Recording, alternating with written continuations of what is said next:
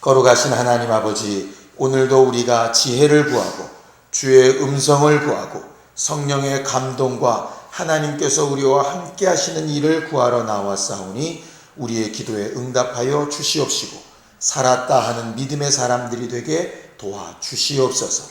예수님의 이름으로 기도하였습니다.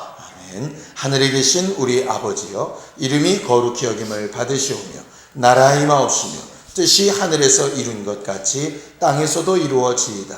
오늘날 우리에게 일용할 양식을 주옵시고 우리가 우리에게 죄 지은 자를 사하여 준 것 같이 우리 죄를 사하여 주옵시고 우리를 시험에 들게 하지 마옵시고 다만 악에서 구하옵소서. 나라와 권세와 영광이 아버지께 영원히 싸움나이다. 아멘.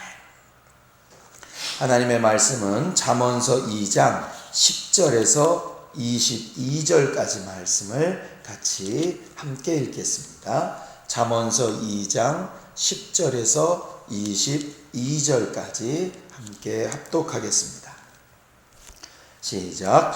곧 지혜가 내 마음에 들어가며 지식이 내 영혼을 즐겁게 할 것이요 근신이 너를 지키며 명철이 너를 보호하여 악한 자의 길과 패역을 말하는 자에게서 건져내리라. 이 무리는 정직한 길을 떠나 어두운 길로 행하며 행악하기를 기뻐하며 악인의 패역을 즐거워하나니 그 길은 구부러지고 그 행위는 패역하니라. 지혜가 또 너를 음녀에게서 말로 호리는 이방 계집에게서 구원하리니 그는 젊은 시절의 짝을 버리며 그의 하나님의 언약을 잊어버린 자라. 그의 집은 사망으로 그의 길은 스올로 기울어졌나니 누구든지 그에게로 가는 자는 돌아오지 못하며 또 생명길을 얻지 못하느니라.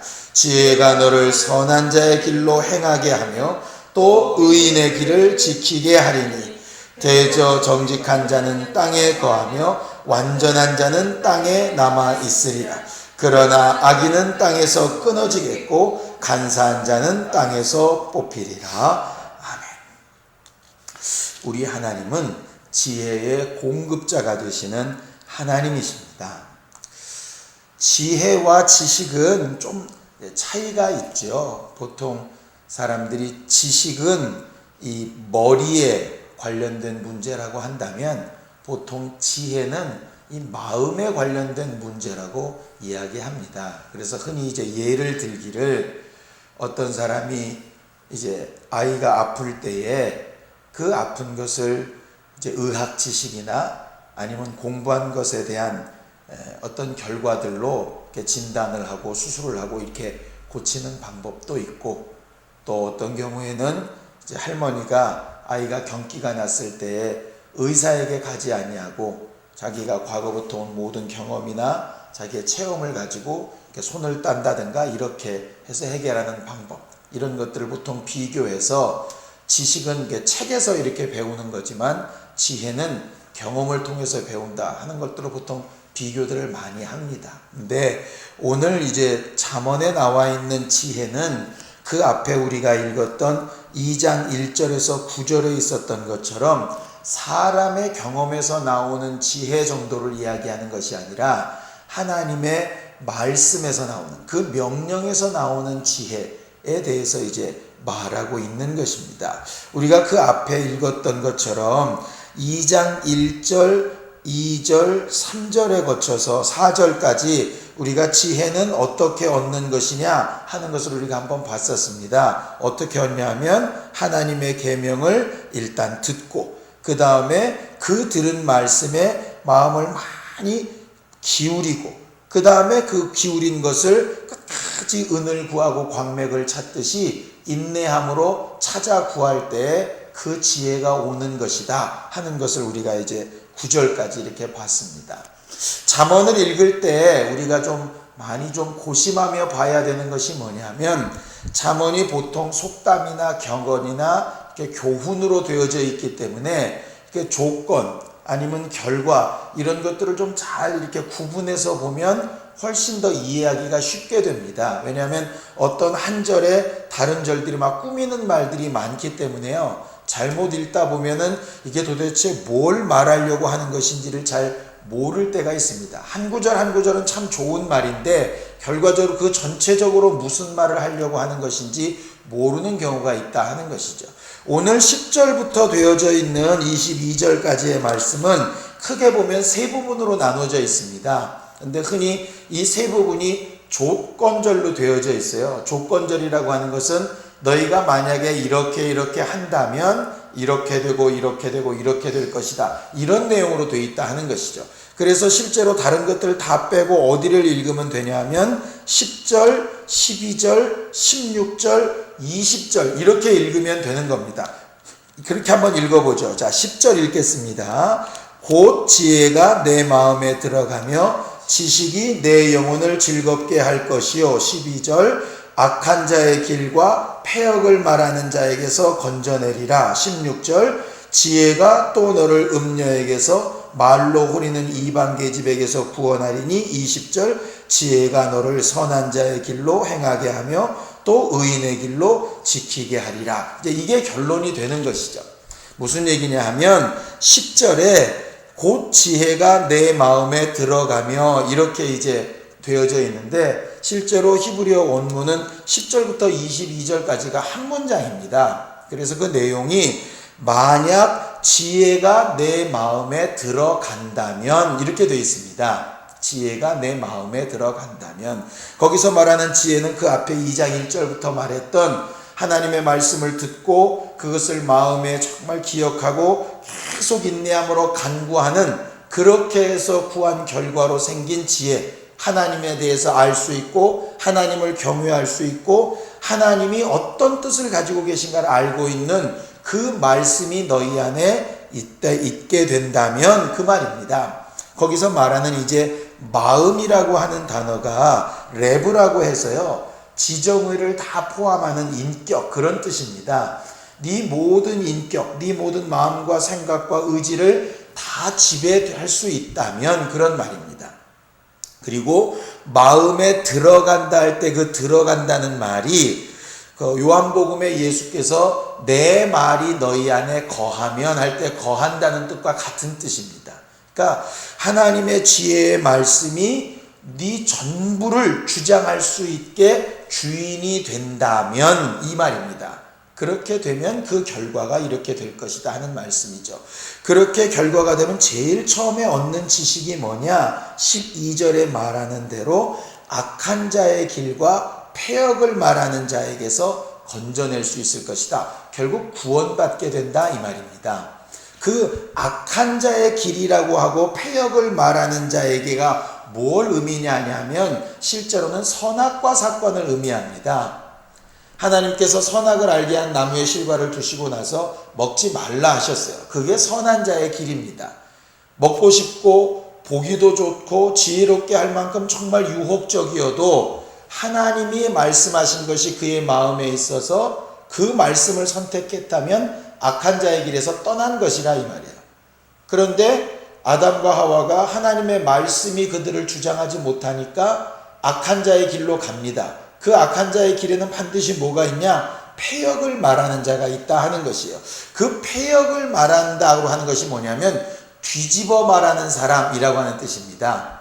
마귀가 정말 하나님께서 모든 것 다 먹지 말라고 하시더냐고 이렇게 말도 안 되게 뒤집어 엎지 않습니까? 우리가 목회를 할 때에도 사업을 할 때도 뭐 할 때에도 이게 근본적으로 잘 나가는 얘기 말고 이렇게 뒤집어서 말하는 사람들이 간혹 있습니다. 그게 굉장히 지혜로운 것 같긴 한데 실제로는 그렇지 않다 하는 것이죠.